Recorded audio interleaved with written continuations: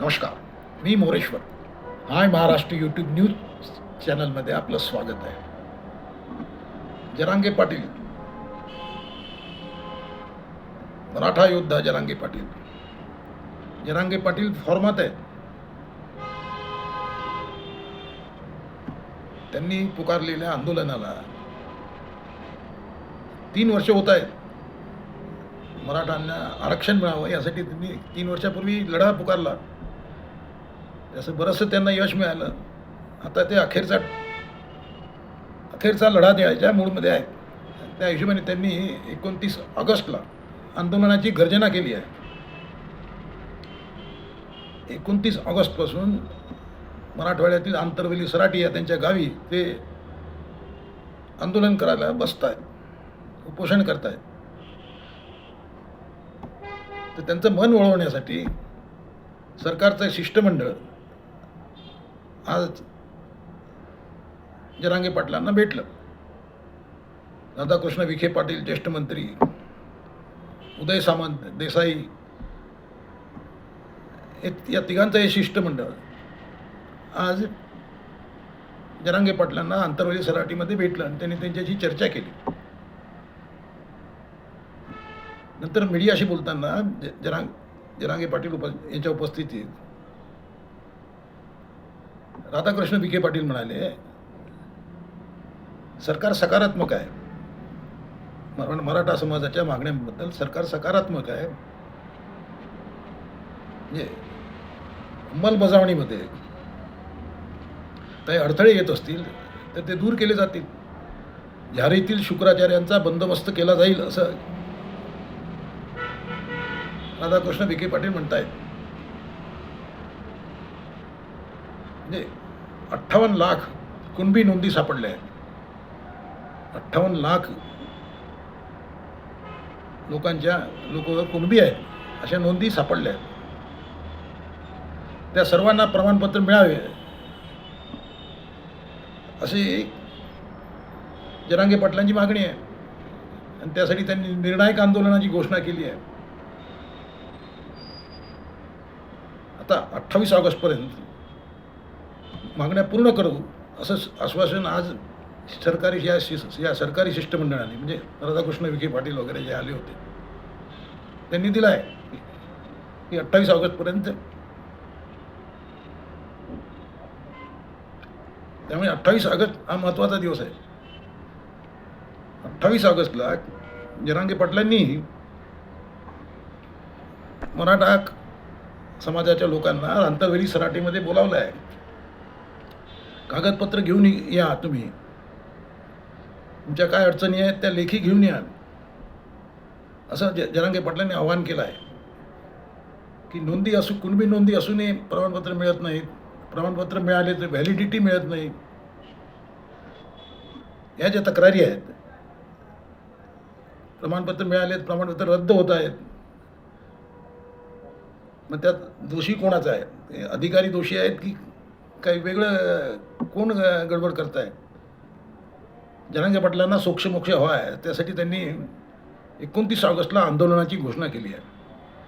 आणि त्याच्या एक दिवस आधी म्हणजे 28 ऑगस्टला सर्व तक्रारदार तरुणांनी आंतरवेली सराटीत यावं, अर्ज घेऊन यावं. असं एक दिवस आधी म्हणजे 28 ऑगस्टला आपण तुमच्या तक्रारी, तुमची गाऱ्हाणी सरकारपुढे मांडू, सरकारच्या अधिकाऱ्यांपुढे मांडू असं जरांगे पाटलांनी म्हटलं आहे. तर सरकारचे अधिकारी सर्व तयारीनिशी एक दिवस आधी आंतरवेली सराटीला येत आहेत. म्हणजे एक प्रकारे सरकार जरांगे पाटलांपुढे पुन्हा एकदा झुकलेलं आहे असं पाहायला मिळत आहे. म्हणजे आज विखे पाटलांनी मान्य केलं की कुठे काही गडबड होत असेल, काही झारीतील शुक्राचार्य काही असतील तर त्यांचा बंदोबस्त केला जाईल. शासनाला बदनाम करण्याची भूमिका कोण अधिकारी घेत आहेत हे शोधलं जाईल असं म्हणतायत.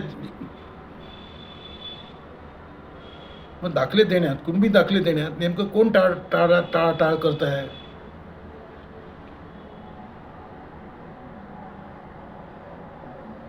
हे आम्ही शोधू असं असं मंत्री म्हणत आहेत. म्हणजे जरांगे पाटलांचा हा मोठा एक प्रकारे विजय आहे. कारण जरांगे पाटलांचं म्हणणं आहे प्रमाणपत्र मिळत नाही आहेत, व्हॅलिडिटी मिळत नाही आहे, त्यामुळे समाजामध्ये आक्रोश आहे. आता 58 लाख कुणबी नोंदी सापडल्या आहेत. म्हणजे 58 लाख लोकांकडे ते कुणबी असल्याच्या नोंदी, सरकारी पातळीवरच्या नोंदी जुन्या सापडल्या आहेत. म्हणजे ते स्वतःला कुणबी समजत आहेत आणि कुणबी समजून ते कुणबी म्हणजे ओबीसीचे फायदे मागत आहेत. म्हणजे हा एक प्रकारे मोठी घटना आहे की 58 लाख नोंदी हे मागतायत की आम्ही कुणबी आहोत, आम्हाला ओबीसीमधून प्रमाणपत्र सवलती पाहिजेत, तर द्या तुम्ही. आता सरकारही तयार आहे. सरकार म्हणणे आम्ही निर्णय केला आहे आणि अंमलबजावणीत काही दोष असेल तो कोण गडबड करताय ते पाहू, सरकार म्हणत आहे. आज आलेल्या राधाकृष्ण विखे पाटील वगैरे उदय सामंत मंत्र्यांनी सांगितलं की आम्ही कुणबी प्रमाणपत्र ज्यांना मिळाली आहेत त्यांना फायदे मिळाले पाहिजे, सवलती मिळाल्याच पाहिजेत. नोंदी असूनही मिळत नाही अशा तक्रारी ज्यांच्या आहेत त्या सर्वांना, त्या तरुणांना जरांगे पाटलांनी आंतरवली सराटीमध्ये 28 ऑगस्टला म्हणजे एक दिवस आधी बोलावलेलं आहे. सर्व तक्रारदार तरुणांनी तिथे 28 ऑगस्टला यायचं आहे. आता त्याला कसा प्रतिसाद मिळतो आणि किती तरुण येतात, पुढे येतात ते पाहिलं पाहिजे. परंतु मराठा समाजाच्या मागण्या ज्या आहेत की मराठांना आरक्षण मिळालं पाहिजे, ओबीसीमधून कुणबी म्हणून प्रमाणपत्र मिळाली पाहिजेत आणि प्रमाणपत्र ज्यांना मिळाली आहेत त्यांना त्या सवलती मिळाल्या पाहिजेत, व्हॅलिडिटी मिळायला पाहिजेत. या ज्या जुन्याच मागण्या आहेत ज्या सरकारने मान्य केल्या आहेत त्या अंमलात येत नाहीत ही तक्रार आहे. आणि ती दूर करायला खुद्द सरकार येत आहे आंतरवेली सराटीमध्ये. म्हणजे जरांगेंची किती ताकद आहे पहा. आता जरांगेचा धाक संपला, जरांगेचं आता काही चालत नाही विशेष वगैरे वगैरे हे जे लोक म्हणत होते ते खोटं आहे. जरांगे पाटलांचा अजूनही सरकार दरबारी वजन आहे. त्यांच्या एका आवाजावर सरकार धावत येत आहे. अशीच परिस्थिती एकनाथ शिंदे जेव्हा मुख्यमंत्री होते तेव्हा होती.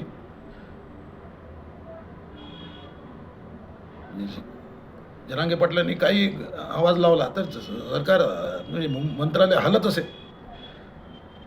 आताही तेच दिसतंय, कारण 3 मंत्री, ज्येष्ठ मंत्री विखे पाटलांसारखा अंतरवाली सराटीत येतात आणि काय हो ते नको ते पाहतात. ही मोठी गोष्ट आहे. म्हणजे जरांगे पाटलांचा धाक, जरांगे पाटलांचं वजन हे अजूनही कायम आहे, स्पष्ट दिसत आहे. त्यामुळे आता आपल्या या अधिकाराचा म्हणजे नैतिक अधिकाराचा फायदा जरांगे पाटील समाजाला कसा करून देतात ते तर पाहायचं आपण 29 तारखेला. फार दूर नाही, आता 29 तारीख जवळच आहे. तुम्हाला काय वाटते, जरांगे जिंकले का? जरांगे पाटील यांचा विजय झाला का? तसं झालं, जरांगे पाटील हे मराठा समाजाचे सुप्रीम नेते म्हणून आजही त्यांचा धाक आहे. त्यांच्या आवाजावर हजारो लाखो मराठे येत आहेत. जरांगेंची शक्ती पुन्हा एकदा दर्शन होणार आहे. तुम्हाला काय वाटते? हे इकडे अशा एक निर्णय झाले समजा, तर इकडे ओबीसीमध्ये काय रिॲक्शन असेल? ओबीसीचे नेते तिकडे लक्ष्मण हाके तेही आंदोलनाची तयारी करतायत 1 तारखेपासून. 2 समाज समोरासमोर येण्याचा धोका आहे का? कॉमेंट करा. नमस्कार.